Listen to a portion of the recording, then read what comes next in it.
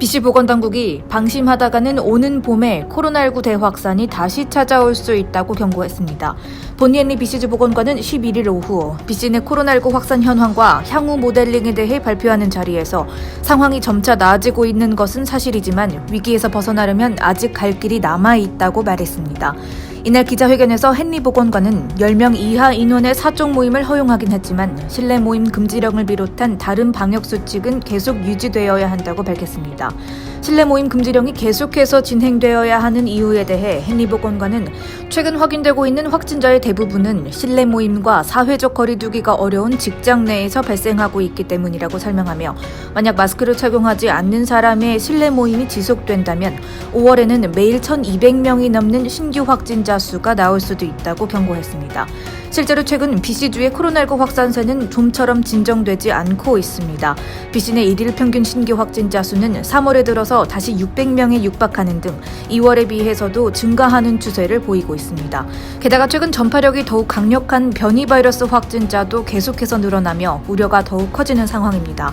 헨리 보건관은 최근 영국발과 남아공발 변이 바이러스에 이어 브라질발 변이 바이러스 감염자도 추가로 확인됐다며 이 바이러스 확산 상황에 대해 예의주시하고 있다고 밝혔습니다. 다음 뉴스입니다. BC주 식당 및 술집 비즈니스는 앞으로도 계속 주류를 배달 판매할 수 있게 됐습니다. 마이크 파노스 BC 공공안전부 장관은 12일 성명을 통해 주류 판매 허가증이 있는 비즈니스가 밀봉된 주류를 식사와 함께 배달할 수 있게 하는 임시 조치를 영구화하기로 결정했다고 발표했습니다. 파너스 장관은 팬데믹 초기에 주정부는 재정적 어려움을 겪고 있는 식당과 술집 비즈니스를 돕기 위해 주류 배달 판매 임시 조치를 시행했다며 이 조치를 영구화함으로써 코로나19 사태로 위기에 빠진 요식업계가 회복하는 데 큰 도움을 받을 수 있을 것이라고 말했습니다. 팬데믹 이전까지 BC주 식당과 술집은 주류 판매가 오직 업장 내에서만 가능했습니다. 그러나 지난해 3월 코로나19 확산으로 인해 BC 내 식당과 술집이 비즈니스 내 손님을 받는 것이 불가능해지면서 주정부는 이들에 대한 구제 방안으로 주류 배달 판매 임시 조치를 도입했고 이 임시 조치를 지금까지 총 3번 연장한 바 있습니다. 파너스 장관은 미성년자의 주류 구매를 막기 위해 고객에 대한 신원 확인이 계속해서 진행될 예정이라고 덧붙였습니다. 라비 칼론 BC주 일자리 경제회복혁신부 장관은 위기를 맞이하고 있는 요식업 비즈니스를 지원하기 위해 우리 정부는 여러 해결책을 찾으려고 노력하고 있다며 이번 발표로 인해 많은 업주들이 앞으로도 비즈니스를 운영하는 데 도움이 되기를 바란다고 전했습니다. 다음 소식입니다. 캐나다 정부가 유럽에서 부작용 의심 사례가 보고된 아스트라제네카 코로나19 백신을 계획대로 국민들에게 접종할 것이라는 입장을 내놨습니다. 11일 캐나다 보건당국은 성명을 통해 현재까지 국내에서는 아스트라제네카 백신과 관련된 부작용이 보고되지 않았다고 밝혔는데 앞서 아스트라제네카 백신은 접종 후 부작용으로 혈전이 형성된다는 보고가 나오면서 시민들로 하여금 접종 불안감을 조성하고 있습니다. 오스트리아 연방보건안전국은 지난 7일 한 49세 여성 간호사가 아스트라제네카 백신을 접종한 뒤 심각한 혈액 응고 장애로 숨지고 또 다른 35세 여성 간호사는 폐색 전증을 보여 입원했다는 사실을 보고했습니다.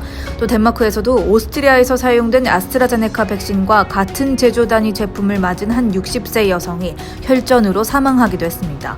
이에 오스트리아를 포함한 라트비아, 리투아니아, 에스토니아, 룩셈부르크 등 유럽의약품청 산하의 안정성관리위원회는 현재 잔여 재고에 대한 접종을 중단하기로 결정한 상태이며 앞서 덴마크와 노르웨이 그리고 아이슬란드 역시 이 백신의 접종을 중단했습니다.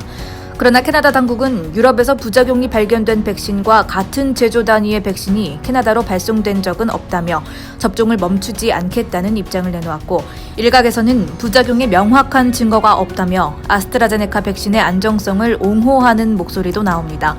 캐나다 당국은 유럽에서 발생한 아스트라제네카 백신 이상 반응 사례를 인지하고 있다며 앞으로 유럽의약품청을 포함한 여러 국가의 보건당국과 함께 부작용과 관련된 모든 정보를 수집할 것이라고 말했습니다. 다음 뉴스입니다. 지난달 코로나19 봉쇄 완화 조치의 영향으로 캐나다 실업률이 코로나19 팬데믹 이래 가장 큰 폭으로 떨어진 것으로 나타났습니다. 연방통계청이 12일 발표한 캐나다 노동력 조사 결과에 따르면 코로나19 대유행이 시작된 2020년 3월 이래 처음으로 지난 2월 캐나다 실업률은 최저 수준인 8.2%를 기록한 것으로 조사됐습니다. 이 수치는 지난 1월 집계된 9.4% 대비 1.2%포인트 떨어진 수준으로 9.2%였던 전문가 전망치보다도 낮은 실업률을 나타내는데, 다만 통계청은 이번 보고서에서 구직 의지는 있지만 일자리를 찾지 않는 구직자들을 계산에 포함시켰다면 2월 실업률이 10.7%가 되었을 것이라고 추정했습니다. 보고서에 따르면 지난달 캐나다의 일자리 수도 무려 25만 9천 개가 추가된 것으로 집계됐는데, 앞서 지난 1월에는 코로나19 재확산에 따른 봉쇄 조치로 경제활동이 크게 위축되면서 21만 3천 개의 일자리가 사라졌으나, 지난달부터 온타리오와 퀘벡에서 봉쇄 완화 조치가 시행되면서 상향 조정됐습니다. 통계청은 이 역시 7만 5천 개 일자리 증가를 예측한 전문가들의 전망을 크게 상회한다며 지난 2달 동안 지속된 일자리 손실을 만회한 것으로 보인다고 분석했습니다. 또 2월 일자리 증가분의 상당 부분이 저임금 일자리에 집중되면서 공공부문 업계의 반등이 강하게 나타나고 있다고 설명했습니다.